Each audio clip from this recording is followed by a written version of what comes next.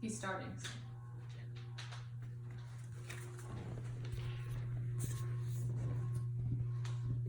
Today we're going to be talking about GMOs and how they are this nation's backbone. Essentially, GMOs are people playing God and directing and like putting their own kind of touch on like plants, animals, if you will, fruits and stuff, stuff like that, like crops and all that jazz. GMOs were founded in the 1980s by scientists, and it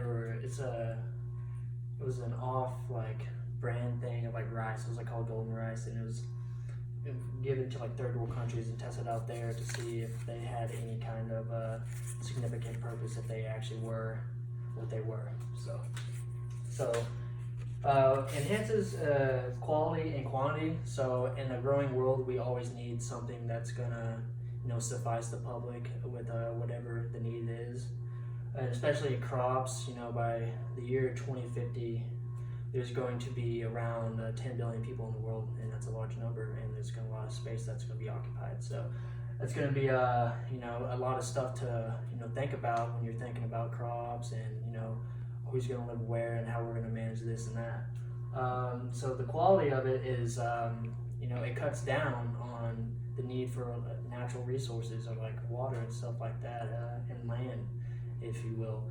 And in the quantity or the quality, so like there's already been fruit out there and like plants and crops out there that are for the quality, like those cuties that you eat, their quality and quantity, they're mass produced. Looks like a tomato tree out there, I guess you could say. You got millions of cuties. So that's how that goes. And so like essentially, when it comes to like resources, like with water and stuff like that, there's problems with like almond. Like almond milk is technically, you could say, bad for the environment because it requires a lot of water, and almonds are mass produced in California. And California is kind of in a drought here and there. So when you require like a lot of water and you're tapping into those aquifers, which are natural water sources that we kind of want to use for later, it kind of creates a problem, and GMOs kind of cancel that out because they knock out the need for mass amounts of water, and you can have a product that's still good and tastes the same, but just has different ingredients. Why GMOs? Because why not? We kind of need them. Even if you don't think we need them, they provide a vital role in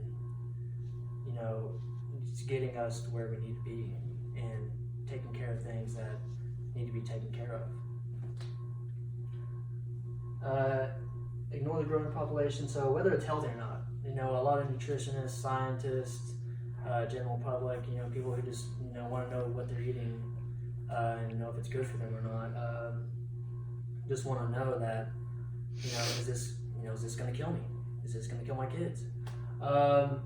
There has been no scientific proof reports from anyone that GMOs cause bad health problems, and whether they can affect you in a bad way or not, whether it's health, mental state, or anything like that. So that's always a plus with someone looking for something that's not going to kill them if they're consuming it. The value, longevity, that's what we're looking for in this life. We don't want to make ourselves go extinct. We're not trying to give ourselves the boot. We're not trying to kick the bucket too early, if you know what I'm saying. That's not how we're doing things. It gives options. We can change this, we can change that, and we can just create something that's great for the people, and something that we can rely on in the future. And for the record, that GMOs just take years and years of work before they are put out into the general public. So if you ever have questions about GMOs, just know that this video just helped you out.